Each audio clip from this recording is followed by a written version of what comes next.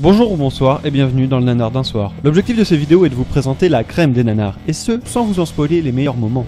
Aujourd'hui un film à la chevelure et au dialogue ahurissant, The Room.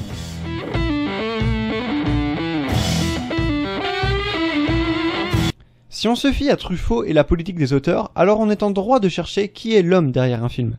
Dans le cas de The Room, cela ne fait aucun doute après les crédits. Wiseau. Ok, je crois que l'on a compris. Mais alors, qui est Tommy Wiseau? Eh bien justement, c'est là que ça coince. Déjà, physiquement, vous prenez Anthony Hopkins, vous prenez les cheveux de Loki, et vous avez un Tommy Wiseau. Ce qui est un mélange pour le moins surprenant.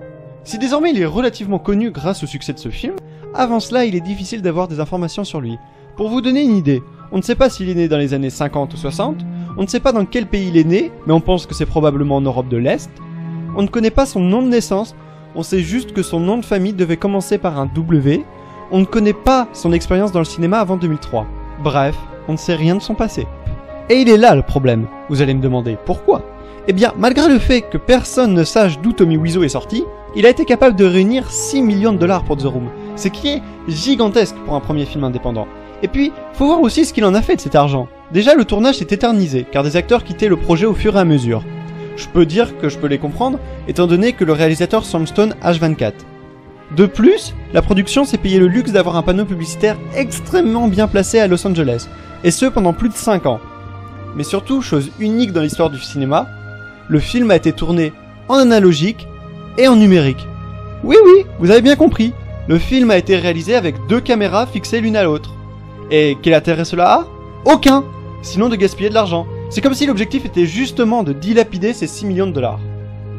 Et puis, comment parler de Tommy Wiseau sans évoquer cette démarche tout à fait singulière, ces expressions bizarres, son accent qui est étrange? Écoutez-moi ça. What about Elizabeth, huh? Avez-vous déjà entendu quelqu'un parler anglais de cette façon? Mais attendez. On parle de quelqu'un au passé énigmatique, à l'accent venant probablement de l'Est, ayant le pouvoir de réunir les foules à son bon vouloir, et ayant de l'argent à blanchir? Ne serait-ce pas Keyser Söze? J'espère que non, car je m'apprête à dire du mal de son film, et si on se fie à la fiction, Keyser Söze est censé avoir le bras très très long. Mais pour ma défense, je tiens d'abord à signaler que ce n'est pas un crime d'être doué dans le trafic de drogue et dans le blanchiment d'argent, mais de ne pas l'être dans le cinéma. En fait, si, techniquement, c'est un crime. Mais vous m'avez compris. Donc, pour ce qui est du film, ce qui saute à mes yeux, c'est l'absence de jeu d'acteur. Que ce soit Tommy Wiseau, qui est toujours à côté de la plaque, et ce n'est pas un moindre exploit, parce qu'il est vraiment toujours bizarre. À côté de la plaque, il est censé jouer quelque chose, on se demande ce que c'est. Lui doit le savoir, étant donné que c'est lui qui a réalisé le film, qui a le script, etc. en tête, mais personne d'autre sur Terre ne sait ce qu'il voulait jouer. Ensuite, il y a sa petite amie, qui n'était prévue pour faire que de la figuration, et ça se voit. Ou encore son meilleur ami.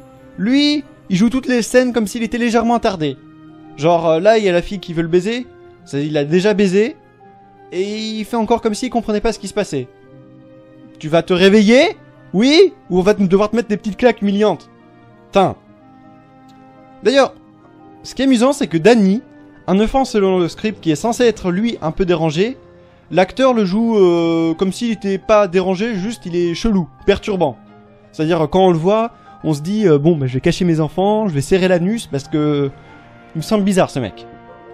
Mais ce qui surtout lui a permis d'avoir le statut de nanar culte aux États-Unis, c'est son scénario. L'œuvre est un enchaînement du dialogue plat qui commence quasiment tout le temps par les salutations des protagonistes, le fameux oh hi.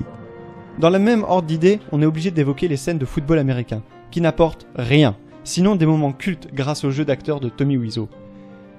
Comme par exemple quand ce mec, dont le rôle dans l'histoire est assez flou, raconte cette scène que l'on a vue 10 minutes plus tôt. Quel est l'intérêt? On n'est pas des poissons rouges, tu sais? Un autre mal du scénario est la préparation sans paiement. En effet, normalement au cinéma, chaque élément du dialogue doit servir plus tard.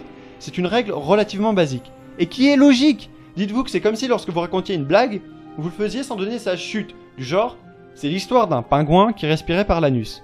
Et puis derrière, je vous dis plus rien. Et bien là, en tant qu'interlocuteur, vous avez 2 solutions devant vous. Soit vous me demanderiez la suite, soit vous me demanderiez gentiment de fermer ma gueule pour la prochaine fois. Ainsi, de la même façon, dans The Room, la mère de Lisa annonce son cancer à sa fille. I definitely have breast cancer.